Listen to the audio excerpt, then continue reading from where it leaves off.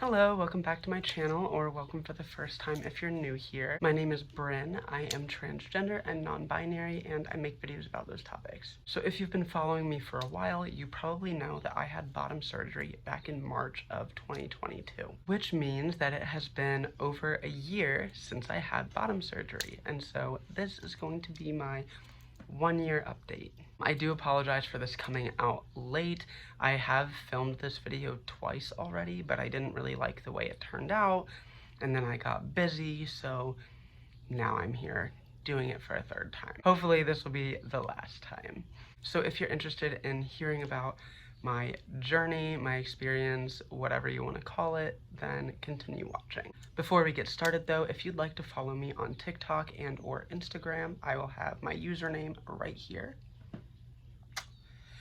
I don't post a whole lot, I'm pretty boring, but feel free to follow me. I know people like to follow me, so that's why I have this here. And I also have a link to my social media down in the description box down below. Before I get started, the format of this video is going to be very similar to my other post-op videos in that I'm going to be talking about prior to surgery, prepping for surgery, all that kind of stuff. Then I'll be talking about the physical changes and healing, and then I'll go into the emotional aspect of everything. I will have timestamps in the description box down below. If there's anything you want to skip past or skip forward to, feel free to use those. Otherwise, just keep watching. Also, before we get started, obviously this year has been absolutely horrific when it comes to the number of anti-trans bills that have been produced or created, whatever, and passed into law. Florida is a hellhole. Like, I can't, if you live in Florida, I am so sorry. Like, I cannot. If you live in Florida or any of those terrible states, or just even in the United States, like, I'm so sorry. I live in the US. I live in Maryland though, so that's a blue state, and we've had positive trans legislation passed in the state of Maryland. So I'm very fortunate, and I know for me, I'm even scared. I can only imagine how you're feeling if you're in a state that is targeting you or has the potential to target you. In addition, I can only assume it's because of this legislation.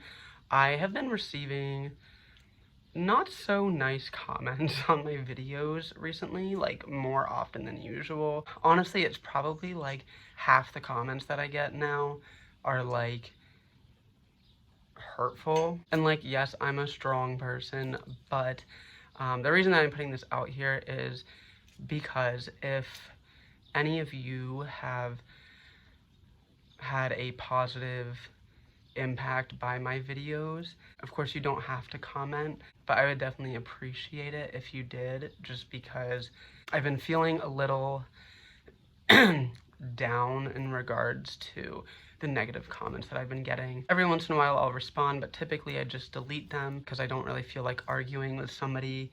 Plus, I also don't want you to go to my comments and read the mean things that people are saying, because you don't deserve to see that. I don't deserve to see that. It's not fair. But I just want to put this out there because it would definitely help me to see the positive impact that I've had on people. I think it would help to kind of weigh out or balance out or something the negative comments. So if you feel like doing that, or you've thought about doing that but you weren't sure and whatever, I definitely would appreciate it, but of course you don't have to.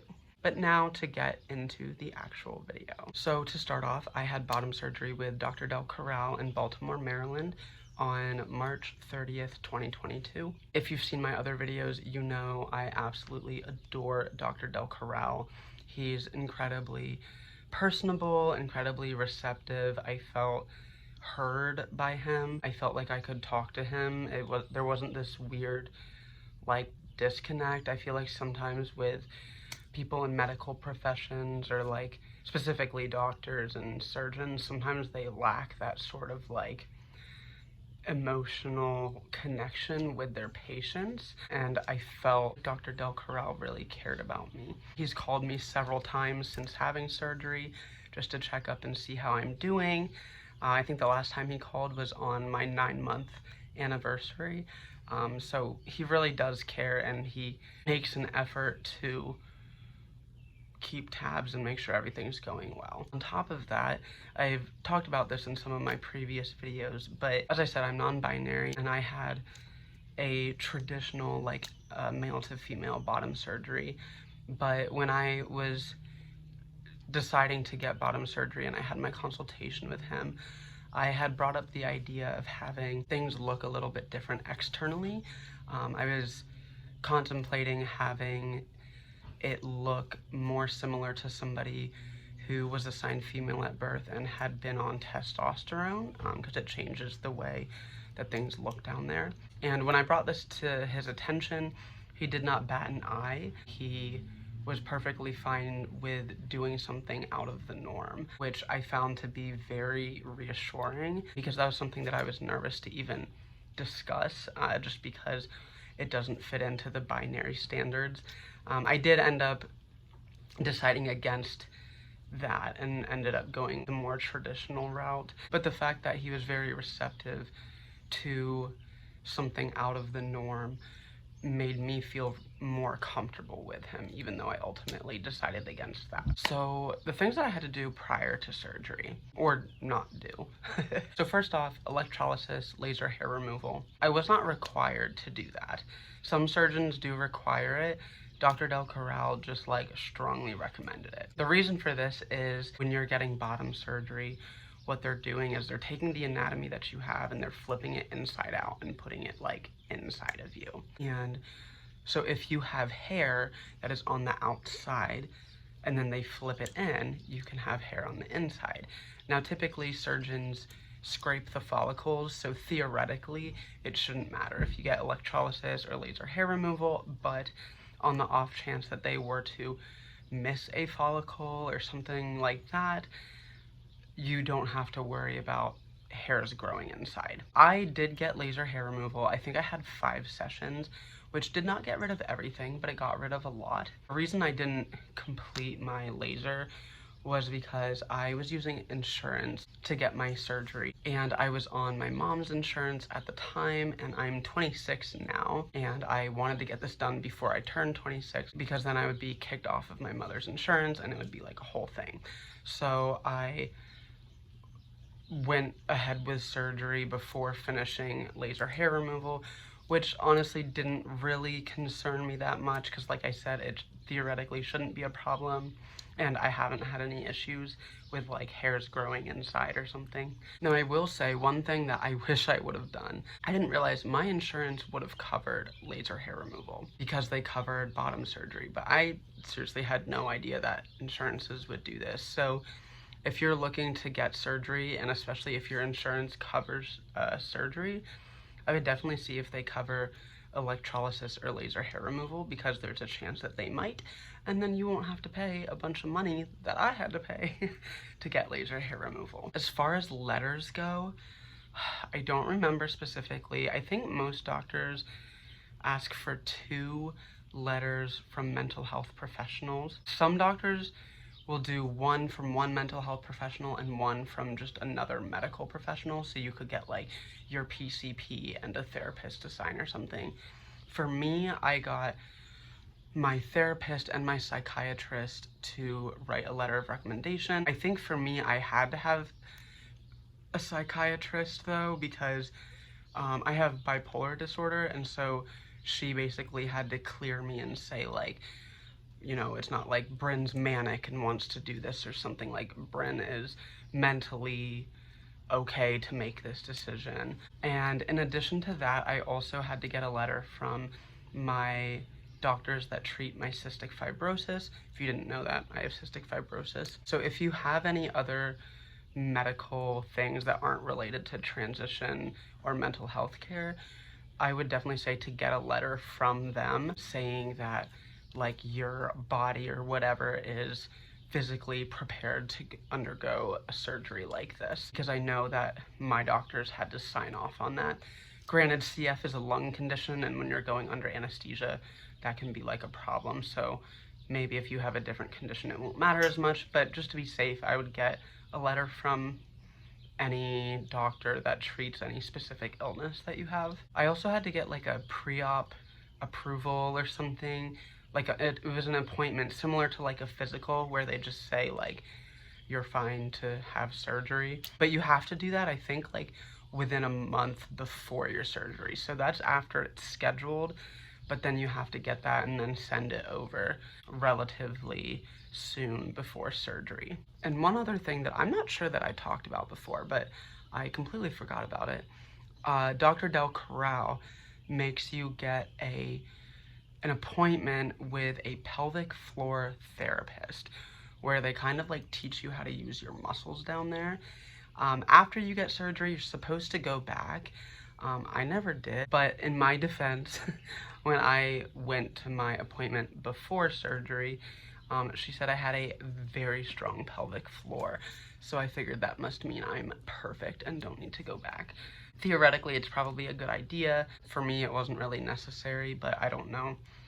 Like, I would talk to Dr. Del Corral about that. But he does definitely recommend that, especially like if you're having trouble dilating and stuff after, it might be a good idea to see a pelvic floor therapist. In addition to all that, I also had to stop alcohol use and the devil's lettuce 2 weeks prior to surgery. Now, I don't really drink, so that didn't bother me. Stopping the devil's lettuce was fine too. Basically what happens with those two substances, and probably other illegal substances, it can interfere with the anesthesia, and it makes the anesthesia stronger. So if you're on those substances, and especially if your doctor / anesthesiologist does not know, they can give you too much anesthesia, which can be like fatal, at the very least harmful. So that is why stopping substances prior to surgery is very, very important. Now, I'm not sure what that means in regards to like prescribed medications. There's probably some that you would have to stop or like minimize, or at the very least tell your doctor that you're taking. I would definitely ask him if you have any questions about what medicines you should stop taking. One of the nice things that I loved is that I did not have to stop HRT prior to surgery. A lot of surgeons require you to stop HRT, especially if you're on like estrogen, because estrogen can cause blood clots, I guess, relatively easily. But he said I didn't have to stop, which was very, very good. Well, for a few reasons. A, I get dysphoric when I stop my medication, especially prior to surgery, because testosterone starts doing its thing and makes me all uncomfortable. But also because when it comes to bipolar disorder, hormonal changes can be very, very impactful, I guess, in your mental health. I think in general, whether or not you have mental health issues, it can be impactful, but I know that my psychiatrist said specifically with bipolar patients, hormonal changes can be very, very drastic to your mental health. So I was really, really glad that I didn't have to stop HRT prior to surgery. Now, after surgery, I think when I was in the hospital, they either just didn't have me on estrogen, or they didn't put me on for a few days or something, I don't remember. But it wasn't long enough to really notice a change, and since my body wasn't naturally producing testosterone anymore, I didn't notice much of a difference. So that was very, very nice. I was very glad that I did not have to stop HRT prior to surgery. And one last thing that I want to talk about before I get into all the physical changes is there was a lot of mental work that went into bottom surgery. I know it seems simple, like you set up your bottom surgery date and then you go and then you have the surgery. There was a lot of mental clarity that I had yet to find. And I won't get super into this because I do have a video about this that I'll have up here and in the description box down below. But I had a lot of internalized beliefs and fear regarding surgery. I was raised in a religious household and I hadn't necessarily processed all of that. And so a lot of that kind of came flooding back prior to surgery, and I had to address these things head on. So if there are things that you're not addressing, it's definitely important to address them, or it can make recovery difficult because you're now trying to process the fact that your body is different, and you're trying to deal with all this emotional stuff as well. So I would definitely recommend to address it head on. If you need a therapist to help you, there's no shame in that. But I just wanted to say that before I move forward to the next section. So now I want to talk about the physical changes and healing and blah, blah, blah, all that fun stuff. So to start off, the way that it looks, I very much enjoy. I will have a link in the description box below of a Reddit post, I think, that I made that has pictures, I think only through like May or June. I should make another post, but I probably won't because I'm lazy. But regardless, I like the way that it looks. It is very similar to what Dr. Del Corral and I discussed beforehand, and I just like it. As far as scarring goes, I definitely do have scars. I don't really notice them because I'm not looking down there, but I mean, I'm sure if I like looked in a mirror and stuff, I could find them. But feeling wise, they're not really raised anymore. Like in the beginning, you could feel them. It's not like that anymore, which is very nice. I personally don't care that I have scars because like, whatever, like it's not like people are really gonna be seeing them, and anyone who is going to be seeing them is somebody who I'm already going to have confided in that I had this surgery, so it's not gonna be like a shock or something like that, so that doesn't bother me. I never wore scar tape or anything like that, just because I probably could now, but in the beginning, because I was dilating so much and I was drinking a lot of water to try to stay healthy and help with healing, because water is very important. I was using the bathroom, I was dilating many times throughout the day, and every time I would do that, I would have to change my scar tape just because it would get like wet down there or whatever. So I just like scrapped it after like 2 days because I was like, I do not care enough to do this. But now that I'm not dilating all the time and I'm not using the bathroom all the time, I probably could use scar tape, but I still just don't care. As far as going to the bathroom, I do that a lot less than I did prior to surgery. I was on spironolactone, which many people who are on HRT take, and essentially, from my understanding, what that does is it takes the testosterone that your body naturally makes and it flushes it out through your urine. And so a lot of times you have to use the bathroom many times a day. Some people, their body gets used to it and then it's just back to normal. For me, I was using the bathroom like once every 1 or 2 hours. But now it's not like that. I like go to the bathroom like a normal person. I don't know, like probably like maybe 3 times a day or something, maybe more, I don't know. But regardless, it's definitely better than it was prior to surgery. It was also very difficult after surgery to use the bathroom because I had to completely relax, and that was very hard for me to do. Now it's like second nature. I don't think about it. It probably took me like a month to get to that point. In terms of dilation, I do that probably like once or twice a week, every maybe like 4 to 7 days or something like that. If you don't know what that is, basically because the surgeon created a hole inside of you, you have to put something in there to keep it from closing shut. Similarly to like an ear piercing, if you take that out, it's gonna close shut. When you first start dilating, you have to do it a lot, and then over time you do it a little less. For me, Dr. Del Corral's instructions were 3 times a day for 15 to 20 minutes for the first 3 months, twice a day for 15 to 20 minutes for the next 3 months, and once a day for 15 to 20 minutes for the next 6 months, and then after a year, you can kind of play around with dilation and how often you have to do it. But I did things a little differently.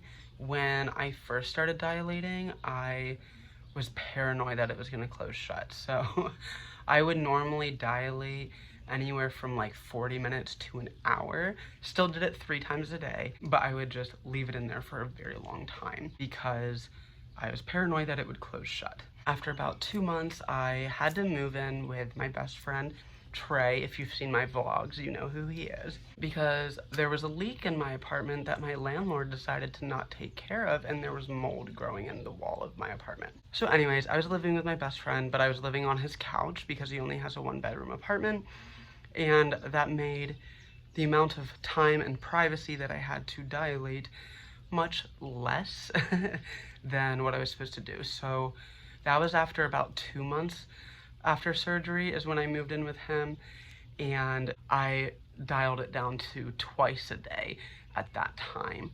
And then I want to say about 2 months after that, I dialed it down to about once a day. And then as time went on, I slowly did it less and less. I don't have specific numbers, but I'd say probably around like the 8 or 9 month mark, I was doing it like every other day, maybe like if I did it on a Monday, I'd do it like that Wednesday or Thursday or something like that. And now I'm down to about once or twice a week, which honestly, I could probably just do it once a week, but I just get a little paranoid, and I have the time and the energy to do it. So I usually do it a little bit more frequently than I know. So I probably just do it a little more frequently than I have to. Also, with dilation, there's 4 different sizes of these things. And I usually honestly just use the 2nd size, so it's not that thick. I can use the 3rd size, but I just don't feel like it, and I'm not like involved with anybody where I need to be stretching myself out. The main importance with dilation is the depth. The width doesn't really matter all that much. So I usually just use the blue one. Sometimes I'll use the green one if I feel like being adventurous. Now I want to talk about sensation. So, bruh, can you this fucking cat. He never used to be this needy. It's like this has just started within like the past few days. Now I want to talk about sensation. So when I first got surgery, there were a lot of like nerve reconnections that I could feel down there multiple times a day. Now I probably feel them like once every few days, so I'm still reconnecting nerves, but I definitely have a lot more sensation than I did in the beginning. I'm trying to be vague because I don't want to get demonetized, but also just because it's weird to be super blunt about this. Now, when it comes to self-exploration, I typically do a mix of penetration and using my fingers outside, like externally. And I've noticed probably right around the 1-year mark, that sensation got a lot better, to the point where I felt like it felt better than before surgery. Whereas up until that point, it was like good, but it was relatively equal to prior to surgery. So it has slowly been getting better and better, which is really nice. I've never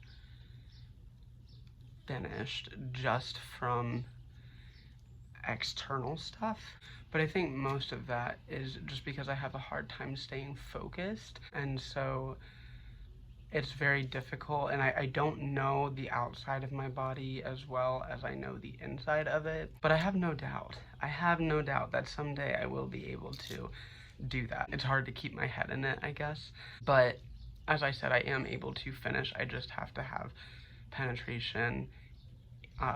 Well, I don't actually have to have external stuff. I can just do penetration, but I also do external things as well because that feels better. As far as self-lubrication, it does happen, but not to the extent that it would if I was like a cisgender woman or something like that. But it definitely does happen. Now, I don't want to say been intimate because it did not feel intimate, but I have been physically connected with someone back, I think it was in September, so it was a little while ago, and everything functioned the way that it was supposed to. So that was very, very validating and very, very nice, and it was nice to be able to experience my body working the way it's supposed to. But that's everything for like physically how things have been going for me. And now I want to get into the emotional aspect of everything, which personally is my favorite part. So in terms of emotions, to start off, I don't have dysphoria down there, so 10 out of 10, great. On top of that, I feel like I've been able to connect to myself better than I ever have, because I was unable to connect with my body in an emotional, intimate kind of way. When I say connecting to myself, that also includes connecting to my femininity. I do have a whole video on that if you're interested in that, but there was kind of like this wall or this barrier that was put up with the body part that I used to have. I've described it like this before in previous videos, but in case you haven't seen them, to me dysphoria feels like walls. It's not necessarily like this agonizing, like miserable, terrible thing that's just like eating me from the inside out, like, but it's something that creates this like veil all around me that's made it very difficult to connect, not only with myself, but with other people as well. It's like this weird wall is the best way I know how to describe it.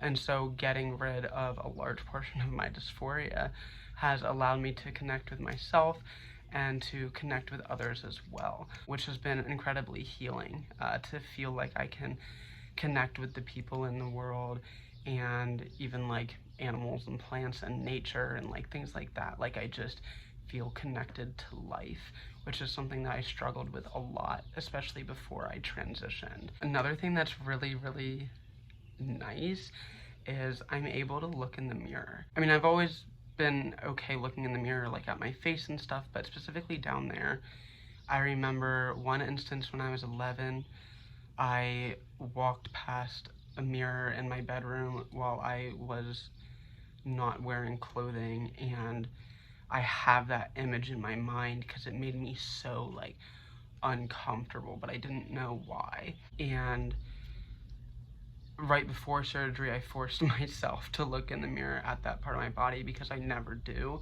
just instinctually, I never did. And it was like,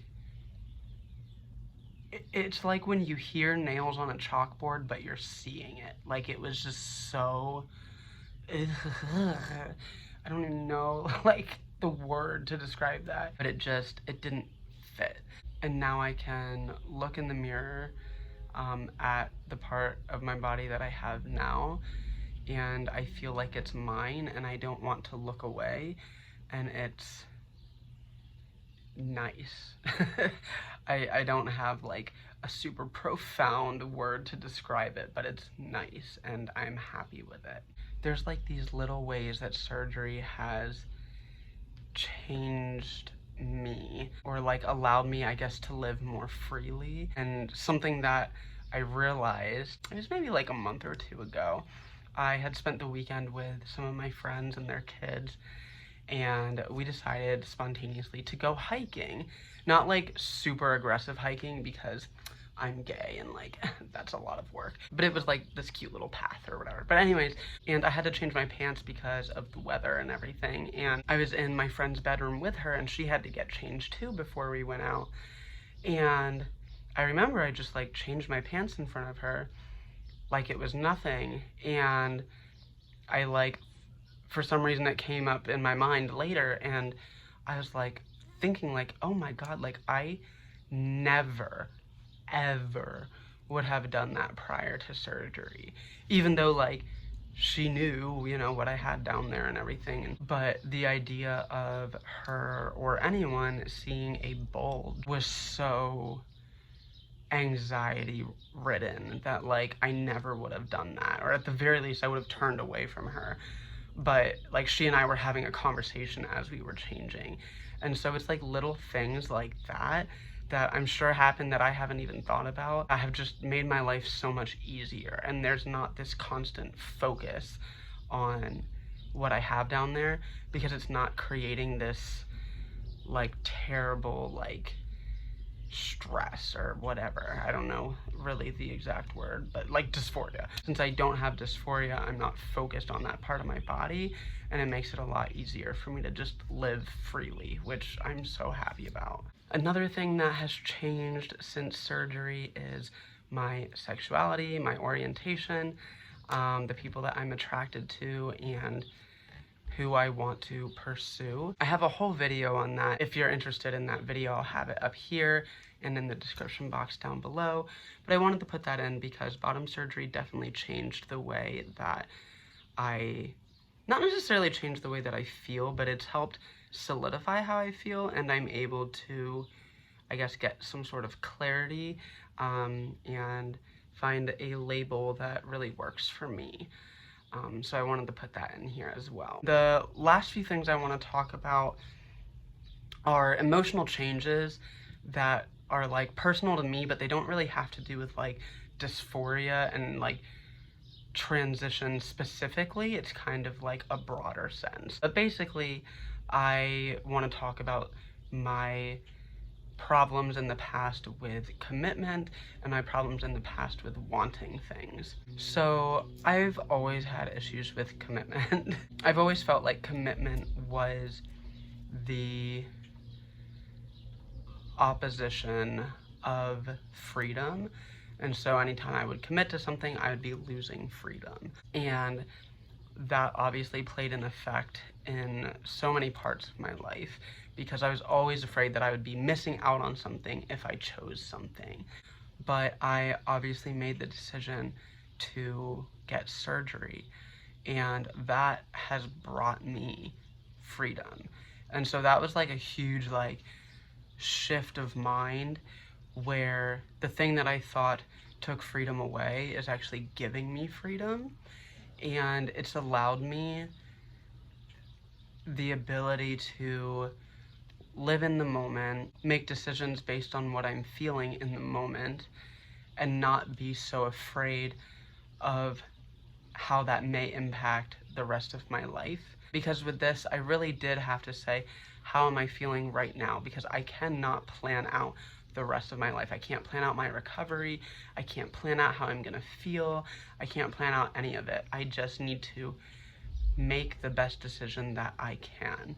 And that's what I did. And so far, it's been absolutely great. And I'm so happy that I made this decision. So it's been like a really positive lesson for me that making decisions can actually be really beautiful. And not that you should necessarily be impulsive and things like that, but that you don't have to have all the answers in order to make a decision, and you'll figure it out as you go. And so that has just shifted the way that I walk through life, and it's been very freeing. And on top of that, I've always had a problem with wanting things. I've been afraid to want things out of fear that I wouldn't get them or I'd get them taken away from me. Not to get super into it, but you know, as a kid, I was very into basically anything traditionally feminine, and I had everything that brought me joy taken from me, like literally everything that made me happy. And that was something that I've carried with me for a lot of my life. And I only realized that like as I was saying it in that vlog. And so it's something that's relatively new that I've been realizing and figuring out. But I feel like since surgery, I got what I wanted, which is pretty cool. No one can take that away from me. But it's also helped me learn that, yeah, it sucks to want things and not get them, or to have something and have it taken away. But it's even better to want something and to get it. So it's kind of worth it to want something even if you don't get it, because there's that chance that you can. I guess hopefully I'm making sense when I'm saying that. But basically it's allowed me, surgery has allowed me to be so much more honest with what I'm feeling and what I want, and that's been really, really healing, because I tried to convince myself so many times in the past that I like didn't want things when I did. Like a good example actually is growing up, I always talked about how I wanted kids and how I was gonna adopt kids and all this stuff, because of my CF, there was a very, very, very low chance that I would be able to naturally have kids.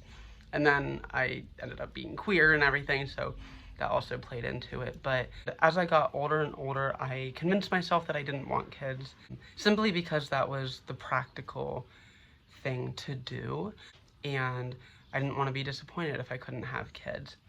And then I dated my ex, and she has 2 children, and I could not deny the fact that I wanted kids, because being with them was honestly like the happiest time of my life. My heart never